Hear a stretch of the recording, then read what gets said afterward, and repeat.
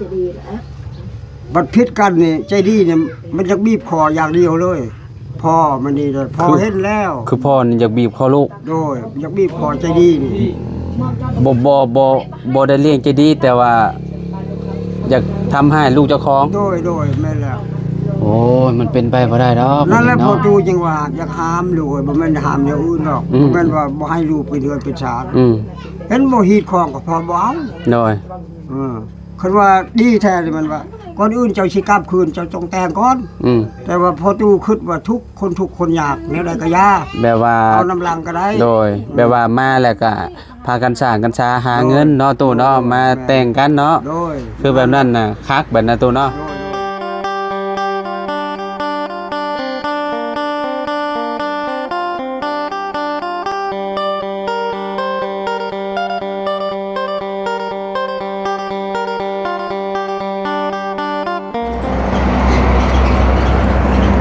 พี่น้องเนาะสบายดีและสวัสดียามไก่สีเที่ยงเนาะพ่อแม่พี่น้องเนาะก่อนอื่นก็สบายดีและสวัสดีพี่น้อง FC เบอร์สุขุสุขคนเด้อพี่น้องเด้อเนาะโอ้เป็นคักลีล้อในบ้านนี้เฮือนน้องใจดีพอดีเนาะคักพี่น้องเนาะมื้อนี้เป็นมื้อที่2เนาะ2 คืนผ่านไปพี่น้องเนาะแมลงก็เป็นคืนที่3ที่น้องเพิ่นนอนบ้านใหม่พี่น้องเนาะโอ้มากล้วยเครือนี่สุกเลยได้นี่เถอะลี่มากล้วยเครือนี่สุกแล้วนี่อ๋อได้กินย้อนเด้นี่เนาะ2 เครือนี่พี่น้องนี่โมเมนต์มันแก่แดดบ่นั่นน่ะก็คิดว่าเอาสบายดีเด้อสบายดีสาวลี่พี่น้องเนาะทำความสะอาดวันนี้เนาะขักลีนี่เนาะอาแดะไปใส่มันเล่นเฮ็ดได้อาแดะลินอยู่ติโอ้เอาเจียดเวลาเนาะลูกชายลินอยู่เนาะช่วงพลินกับแบบนี้แหละทำความสะอาดเนาะเสียเดินบ้านให้มันงามเนาะพี่น้องเนาะแบบว่ามันก็สะอาดในหูในตาเนาะเป็นไดนอนเฮือนคืนที่2ฟันอยู่บ่ฮะบ่ได้ฟันบ่ห้อยแล้วว่าฟันรับสนิทเลยบ่นอนรับเลย2 คืนเลยนอนนอนรับเลยคนน่ะมาเลยคนเว้ายังน่ะเอาบักสดาไปเลยจะดีไปใช่น่ะจะดีใส่ตับชิโรกายอยู่เนื้อเอาเพิ่นเพิ่นไปกับดอกแคบ่เป็นไดโซล่าเซลล์น่ะคุ้งอยู่บ่คุ้งธรรมดาอ๋อไฟมันอันนั้นเนาะมันบ่ได้ตากแดดแห้งเนาะแต่ก็โอเคอยู่หรอว่าเขาวางให้น่ะอยู่ในอันมันบ่ได้คุ้งเลยโดยอยู่นอกมันทุ่มหมดเพราะว่าอยู่นี่เพราะว่าติดอยู่นี่มันก็สว่างอยู่นี่เนาะถ้านั่นมันแล้วก็ย้ายตัวนั้นอีกย้ายตัวนั้นมาติดอยู่มุมนี้นี่ติดอยู่มุมนี้เลยนี่พี่น้องเนาะติดให้มันน่ะสว่างขึ้นอีกเนาะตัวที่2น่ะอยู่หลังนั่นพุ่นพี่น้องเนาะเพราะว่ามันมีอันเดียวเด้ถ้ามี2 อันมันก็จะหุ่งขึ้นอีกเนาะเอาจีติดพี่น้องเนาะบัดมารอบหน้าก่อนย้ายตัวนั้นมาติดอยู่มุมนี้ให้มันส่องเข้าไปพุ่นพอดีเลยมันเป็น2 ฝากทางเนาะห้องน้องจะดีกับแม่เพิ่นคือว่าเนาะโอเคแล้วบาดนี้พี่น้องจะดีกับโบอยู่ซ้ำเนาะกลับบ้านป้าเด้อมานี่เด้อไปบ้านป้าแล้ว อันเดะเอ้ยอันเดะคนขี้ดื้อนี่เอาไปแล้วไปข้ามไปฝั่งนั่นก็เด้อให้เจ้าทำความสะอาดเอาสบายดีเด้อไปฝั่งนั่นก่อนพี่น้อยนะไปเยี่ยมแม่ตู้เพิ่นก่อนเนาะหลังจากที่ไปอันนั้นเมื่อวานนี่เนาะพาเราไปสุขศาลาเมื่อวานนี่พี่น้องทางแม่ตู้เพิ่นเนาะมื้อนี้เพิ่นเป็นจังไดเด้มื้อนี้เนาะสบายอยู่บ่มื้อนี้เนาะดีขึ้นแล้วบ่เริ่มแนวใดเนาะตัวพี่น้องเอ้ยอยู่เต็มอยู่เลยมื้อนี้เนาะลูกหลาน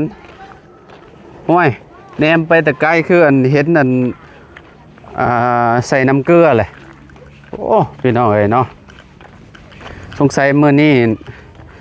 เมื่อยบ่แม่ตู่เนาะพี่น้องเอ้ยโอ้สบายดีเด้อโอ้สบายดีโดยอ้าวแม่ตู่สบายดีเด้อมื้อนี้คือได้แค้นน้ำเกลือแหละมื้อนี้เมื่อยบ่อ๋อใส่เพิ่มพลังพี่น้องเอ้ยเนาะใส่แต่เช้าบ่ว่าเช้าก็มีสิเบิดแล้วพี่น้องเอ้ยยังบ่หลายปานใดเป็นต่อตัวนี้อีกใช้ตัวนี้อีกป้าตเจ้าบ่เป็นคนเสียบให้แต่จริงๆจู่ๆมาต้องเลยเป็นมีแต่นั่นซื่อๆนี่เนาะน้ำเกลือซื่อๆพี่น้องเอ้ยบ่ได้ผสมยามาติบ่ได้ผสม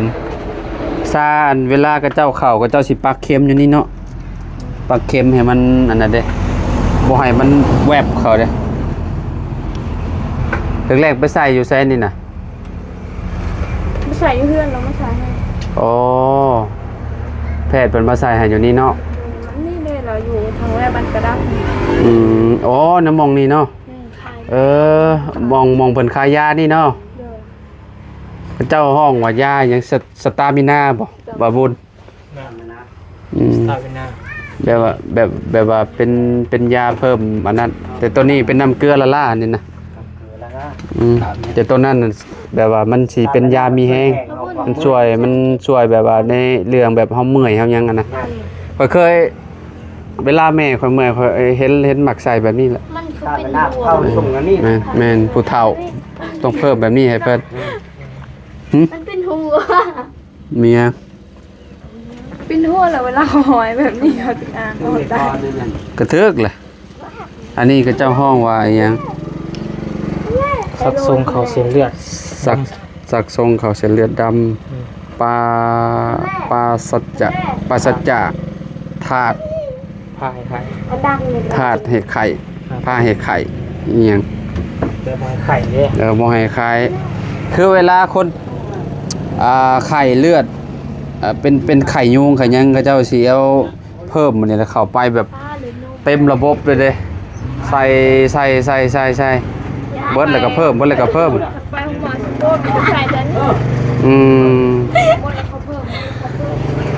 ลูกได้อยู่บ่แม่ตู้ได้อยู่เนาะโดยเจ็บแอวยันล่มเมื่อวานนี่เด้ยันล่มเมื่อวานนี่แหละยันถือขีนถือยังสักอย่างนี่แหละดีแล้วเราล่มแบบว่าหัวเราบ่ได้ไปกระทบกับอีหยังหั่นน่ะยันแต่ไปกระทบกับมองหันมองนี่โอ้อันตรายพี่น้องเอ้ยเนาะเป็นยังน้องเรียนบ่สบายบ่คือได้ติดทัวแบบนี้พอฮู้อยู่บ่จะดีเราไปใส่บ่ฮู้แต่ยิงฮู้บ่แม่เราเว้าอยู่กี่ดีบ่ไปอันกับชาวลาวบ่กับดอกแค่ว่าแต่บ่ฮู้ว่าเราไปใส่ไปแสดงบ่ไปส่ง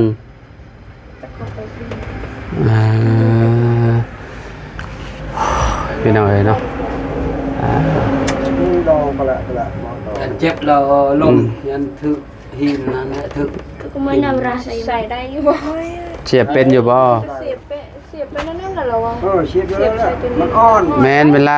ลานั่นจะก็เสียบใส่หูนี่แหละนี่หูตัวนี้นี่หูตัวนี้มีแต่เสียบแล้วก็ห้อยแล้วเหรอแม่นเสียบแล้วก็ห้อยเลยอันตัวนั้นเพิ่นก็ปรับให้แล้วเด้เวลามันฮอด ใกล้ๆฮอดคอวิดคอตัวนี้แล้วก็ถอดตัวนี้ออกแล้วก็เอาตัวนี้ซุบใส่เลยโอ้ยันน้ำบ่ออกมีลม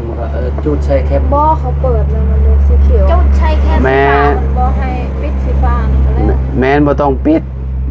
พิ่นเล็งให้แหละพี่มองปิดมองเล็งอันนี้ก็ได้ ตัวนี้น่ะมองเล็ง เล่นคอย เล็งคอยเล็งแห้งตัวนี้นะอ๋อจ่าแปะ ทีมนาอยู่ ค่ำหมดแล้วสิเบิดตัวเอ้ย บ่โด ประมาณบ่าย2 โมง 3 โมง เจาะ7 โมง แน่นอนแล้ว เพราะว่าต้องเติมตัวนี้พร้อมเด้ถ้าเป่งแห้งเนี่ยมันลงแล้วเมื่อยได้ลงแห้งก็ได้ 3 โมง 4 โมง ประมาณจักร้อยนี่ขนาดประมาณ200เนาะ300เห็นบ่จักร้อยประมาณ 1,000อ๋อประมาณ 1,000ประมาณลิตรหนึ่ง กูท้าจะห้องอันไหนซื้อมาเกิดคือจุด อันนี้ก็จะเอาไปล้างหน้าก็ได้เด้ ตัวนี้น่ะ แม่นล้างแบบว่าเกี่ยวกับพวกเฮาเป็นสิวเป็นหยังเด้หน้าเฮาอันเป็นพวกที่ว่าแบบมันมันเป็นแผลเป็นหยังเอาไปล้างแผลล้างหยังเด้แต่แอลกอฮอล์น่ะมันสิแบบแสบแฮงพวกแบบเป็นสีเขียวๆน่ะ แทนเป็นนานมัน เป็นซิวเป็นฟ้ามันสิล้างออกบ่ออกมันออกมาได้ บ่ได้ แต่เป็นพวกแผลที่ว่าเฮาอันถึกแนวอันบาดอันหยังหาล้างได้อยู่น้ำเกลือเด้ ก็ยาบนหลักตี แบบซิวเนี่ยมันคือบาดน่ะ หลักเลือด เมื่อยมันเป็นเขียว รอบนี้แล้วอันนั้นเนาะจนได้ใส่น้ำเกลือแม่ตู้เนาะโอ้ยเป็น ว่า ไง นี่ยังเครียดอยู่เลย เมื่อวานนี่เราอันนั้นเนาะเมื่อวานนี่เนาะเมื่อวานนี่เราได้ซักยาให้เราอยู่บ่ บ่ได้ซัก บ่ซักพอชุบชลาเนี่ยยังบอก มีแต่วางยากินยาซื้อ บ่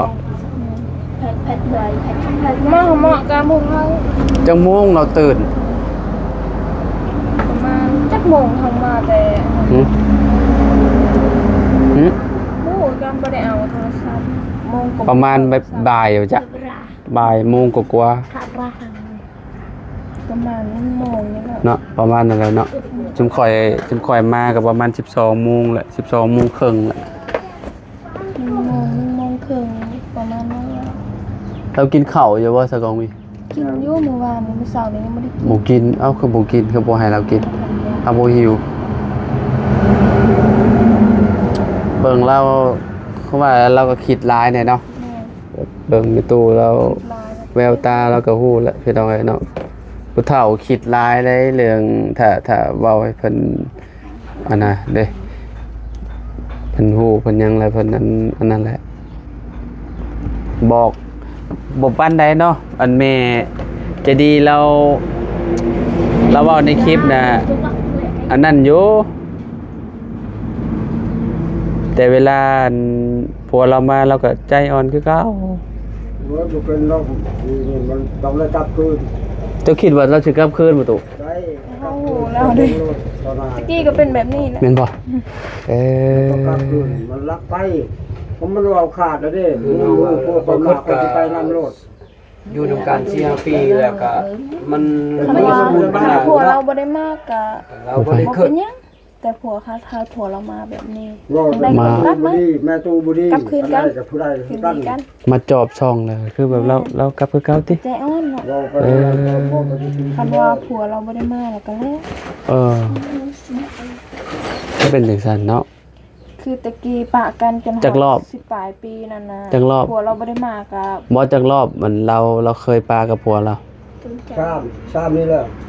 3เอาไปเหรอ 3 3 เอ้าจมข่อยมาหารอบนึงแล้วเราก็คืนดีแล้วก็ไปอีก3บ่3ทั้งตะกี้เนาะเออ โอ้ตะกี้ก็มือเหินล่าง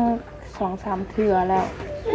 มีเรื่องปะกันเลย เราบ่คิดก็อยู่นำกัน3 คือตะกี้พวกเราบ่ได้มาจนฮอดดีอย่างน้อยก็จนฮอดจะดีจนง่ายก็เราบ่ได้กลับเพราะว่าพวกเราบ่ได้มาเห็นมันนี่ก็พวกเรามาแบบนี้แล้วกันจังได๋ก็ต้องกลับเอาเบิ่งแล้ว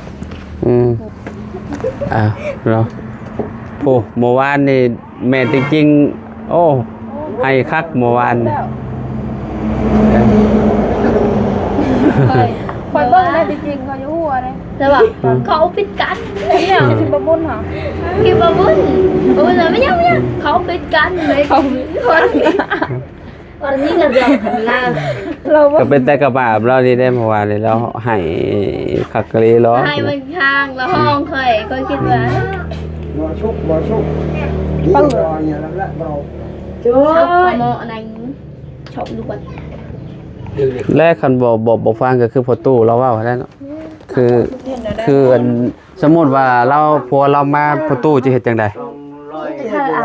เธอเอา เอาสบายดีเด้อลมกับพอตู้อีกก่อนหน่อยหนึงเนาะ เอาไปที่ใกล้มันอ่ะ FC ก็ว่า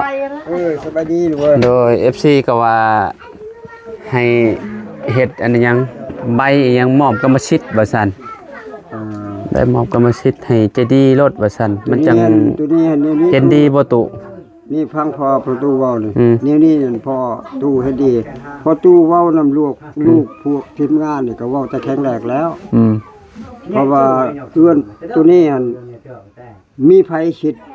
คุ้มครองใจดีแม่นบ่ แล้วหลังจากนั้นน่ะมันว่าพอตู้นี่เว้านำลูกแล้ว แต่เฮ็ดใบยั่งยืนใบมอบกรรมสิทธิ์เพื่อนหลังนี่ชื่อผู้นี้ผู้นั้นลูกตัวใดมีสิทธิ์แล้วให้ลูกเฮ็ดโลดบ่ยาก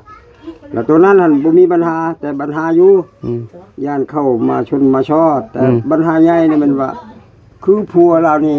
ก็มาอยู่นี่มากลับคืนล่ะพอตู้นี่จุดประสงค์บ่ให้อยู่ถ้าว่าลูกอยากได้มันให้ลูกไปอยู่พุ่นไปนำผัว คือแบบสมมุติว่าซาวลีอยากได้อยากคืนดีกับผัวนี่คือประตูสิให้เราอยู่นี่อยู่บ่หรือว่าสิให้เราไปอยู่กับผัวเราอยู่บ้านผัวเราพุ่น โดยแม่น คั นมาเนี่ยแล้วพอ แล้วเราสิยอมอยู่บ่ บ่เรื่องยอมบ่จักแต่ว่าจิตใจของพ่อตู่นึงนี่เด้อพ่อตู่บ่แจ้งดูเอ้ยนึงนี่พ่อตู่เฒ่าแล้ว สองมาเมื่อหน้าพ่อตู่นี่บ่มีอ้ายบ่มีน้องความก็บ่เป็นอีหยังก็บ่เป็นบ่ยากยุ่งยากพอกันนะพอมันเป็นหยังจริงบ่ได้นั่นพอว่าเฮ็ดแล้วบ่แม่นว่าคนดีคนมักชังชาครอบครัวเด้อแม่นอยู่ช่องเทื่อชามเทื่อได้กลับคืนกลับอยู่นำกัน คนบ่เก่ากลับมาก็คือเก่า โดย คือแบบเรามาน่ะเราสิป้อนเมียเราก่อนเด้เราสิมาเว้าคำหวานก่อนเด้ว่าเราสิว่าเราสิบ่เฮ็ดอีกอีหยังหั่นน่ะคือแบบเมียเราก็ใจอ่อนเนาะตูเนาะเพราะว่าเราบ่เด็ดขาดเด้ โดย ทางอันลูกเจ้านี่เราบ่เด็ดขาดเราผัด เราตัดใจบ่ได้ เราตัดใจบ่ได้ นั่นแหละลูก เรื่องผัวเราน่ะคือผัวเรามาป้อนคำหวานใส่เราก็นั่นแหละใจอ่อนดีคือเก่า แม่ ที่ผ่านมาจุมเจ้าก็เคยเห็นอยู่แล้วเนาะ เห็นแล้ว แต่ว่าเดี๋ยวนี้หั่นความจริงดี ถ้าว่ามันบ่ได้ใจอ่อนนี่ผัวมันบ่กล้าปัด แม่น มาหรอก แม่น 100% แต่ย้อนหยังผัวมันจริงมาคู่มือย้อนว่าใจอ่อน แม่น คิดว่าอยากได้คืน เราเคยเว้าอันกับจุมเจ้าบอกว่าอันสมมุติว่าผัวเราสิมาอยู่กับเราอีกเราสิคืนดีกับผัวเราเคยเว้าบ่เพราะว่าเราเว้าในคลิปจังได๋เราก็จะบ่ขอคืนดีกับผัวเราเว้าในคลิปจุมเฮานะ ถูกแล้วแต่ว่าเมื่อวานนี่พ่อตู้นี่ได้รับคำเว้าของลูกถ้าว่าพวกค่อยมาแล้วพวกเจ้าอย่าห้ามอย่าห่วง เราเว้าแบบนั้น โดยความจริงนั่นแหละพอตู้อกแม่ตู้จนเป็นไข้ โอ้เฉพาะแม่ตู้เราจึงจนเป็นลมเนาะ ถ้าว่าพวกเจ้าห้ามบ่ได้เขาจะไปลำพัวเลยให้พัวคนมานั่นแหละมันออกเลย คือคันว่าผัวดีแท้พ่อกับแม่คือสิบ่ห้ามแม่นบ่ตู้เนาะ แม่น อันนี้ก็ย่านลูกเป็นทุกข์ แม่นลูกแม่นสิห้ามได้จนได้ลูกหนึงอันใจดีเด้จนได้ลูกผู้หนึงอยู่นำกันนั่นพอคิดพอตู้แม่ตู้คิดว่าความช่างชาเพิ่นหันสิยาวนานสิก้าวไป โดย แล้วผลสุดท้ายแล้วบ่ได้อยู่นำกันป้าเฮาลูก ไปเลย แม่ตู้นี่เลี้ยงใจดีนี่เขาหย่ากันบัดแม่บัดเลี้ยงบ่กุ้มบัดนี้ แม่ เราว่าจะดีแล้ว บัดพิษกันนี่ใจดีเนี่ยมันอยากบีบคออย่างเดียวเลยพ่อมันนี่เลยพ่อเห็นแล้ว คือพ่อนี่อยากบีบคอลูก โดยอยากบีบคอใจดีนี่ บ่ได้เลี้ยงใจดีแต่ว่าอยากทำให้ลูกเจ้าของ โดยแม่นแล้ว โอ้ อ้ยมันเป็นไปบ่ได้ดอก นั่นแหละพอ เนาะ ดูจังว่าอยากห้ามลูกบ่แม่นห้ามอย่างอื่นหรอก อืม บ่แม่นว่าบ่ให้ลูกไปเดือนไปชาติ อืม เห็นบ่ฮีดของก็พอบ่เอา โดย คันว่าดีแท้นี่มันว่าก่อนอื่นเจ้าสิกลับคืนเจ้าจงแต่งก่อน อืม แต่ว่าพอดูคิดว่าทุกคนอยากแนวใดก็ยา แบบว่า เอาน้ำลังก็ได้ โดยแบบว่ามาแล้วก็พากันสร้างกันชาหาเงินเนาะตู้เนาะมาแต่งกันเนาะ โดย คือแบบนั้นน่ะคักแบบนั้นตู้เนาะ โดยนั่นนั้น อืม แต่ว่าพ้นที่ทายความจริงเลยมากลับมาอยู่นำกันก็บ่ถือกันอีก อืม มื้อนั้นน่ะพอตูนั่งในนี้แล้วเห็น เอาหม้อแกล้งทิ่มไปลงคอยไปพุ่นเลย โอ้ เอาอย่างนั้นอันชาวลีเนี่ยมาแต่หาหน่อไม้เนี่ยก็เหยียบทับหมดทิ่มหมดอ้าวเจ้าสิเบิ่งได้บ่รู้เว้ยนั่นแหละพอตูจริงบ่ให้อยู่ดิพอตูเบิ่งบ่ได้ก็มันสิยากกันล่ะบ่แม่นว่าสิห้ามเรื่องอื่นหรอกเฮาคิดบ่ถูกแต่ว่าลูกเองนี่ อืม อย่างใดก็คิดแต่อย่างใดอยากได้อย่างเดียวบ่คิดคนควรในใดเรื่องบ่คิดว่าเฮานี่สิทุกข์แล้วเขาสิได้กลับคืนทุกข์ บ่เราก็ฮู้อยู่แล้วเนาะตู้เนาะลูกเจ้าหะเนาะแบบว่าเคยคนเฮาเคยอยู่นำกันแหละเคยแบบปิดเทียงกันตลอดเลยเป็นหยังต้องอยากกลับไปอยู่นำกับเจ้าอีกเนาะ โดยนั่นแห แต่ ละ ว่าเฮาก็บ่เข้าใจคือกัน โอ้ยพอ เป็นหยังคือบ่ลาบบ่จื้อหั่นนะเว้าง่ายๆหั่นนะคือแบบบ่เข้าใจเราพี่น้องบ่เข้าใจชาวลีคือกั จั น กแน่ใด เนาะแปลว่าคือพ่อแม่ห้ามอ่ะคือแบบย่านลูกไปถูกข์อีกได้พี่น้องย่านไปถูกข์ยากหั่นนะคือแบบซุมเฮาเฮ็ดเทือนให้แล้วผู้ใหญ่เฮ็ดเทือนให้แล้วนี่คือแบบอยู่กับลูกกับเต้าก็ได้เนาะ โดย แบบว่ามันมีบนอยู่บนชนแหละหั่นน่ะมันก็แฮงสบายกว่าเก่าแล้วมันนี่เนาะ แม่ลูก อยู่กับลูกเอ้า2คนหนึ่ง อืม ก็เลี้ยงลูกไปแหละเนาะตู่ แม่น เดี๋ยวว่าในอนาคตเจ้าเจ้าอยากมีครอบครัวใหม่เจ้าก็หาผู้ใหม่สร้างซะแบบนี้เนาะตู่เนาะไปหาคนใหม่ซะลองเบิ่งแบบนี้นะเปิดใจให้คนใหม่ลองเบิ่ง เฮาก็สิเว้าในนั้นแหละลูก แน่นบ่ตู่เฮาเว้าถูกอยู่บ่ ถูก อันนี้ผู้เก่าก็คือเก่ากลับมาหากัน แม่น ก็อังกะใจก็ตุ ยามจะบัดใจผู้นี้ เพราะว่าบ่รอดดอก บ่รอด เนาะเจ้าคิดว่ารอดบ่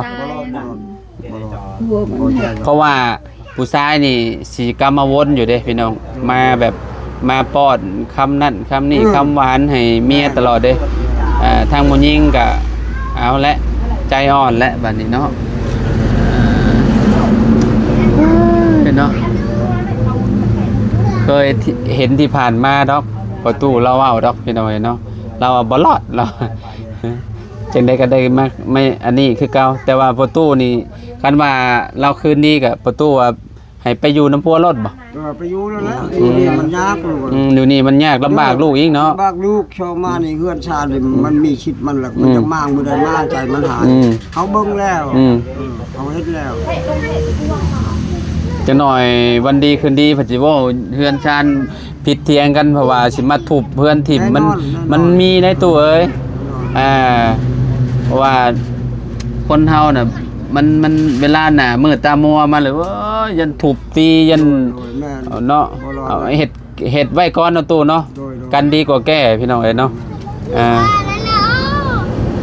เอาประมาณนี้แหละพี่น้องมื้อนี้เดินทางกลับเด้อตู้เด้อ โดยสวัสดี โดยสิกลับบ้านป้าก่อนประมาณ 3-4 มื้อพุ่นแหละจังสิมาใหม่เนาะ ขอบใจหลาย ฮะอะไรบ่ก็ไม่บ่เออโอเคเด้อตู้เด้อสบายดีเด้ออยู่ตู้หายไวๆเด้อเศร้าไวๆเศร้าไวๆเนาะสิได้ เป็นยัง มานั่งเว้ากันเนาะพี่น้องเอ้ยเนาะไปเอาสบายดีเด้อกลับป้าก่อน ไปเด้อบ่มีเด้อ โชคดีเด้อ โดยขอบใจหลายๆโดยไปพี่น้องเอ้ยโดยพี่น้องเอ้ยเนาะจังได๋ก็ถ้าฟังเบิ่งนํกันเนาะตอนต่อไปเด้อพี่น้องเด้อเนาะว่าสิเป็นจังไดเนาะทางเฮาก็นี่แหละว่าสิไปเฮ็ดใบมอบกรรมสิทธิ์เนาะให้น้อง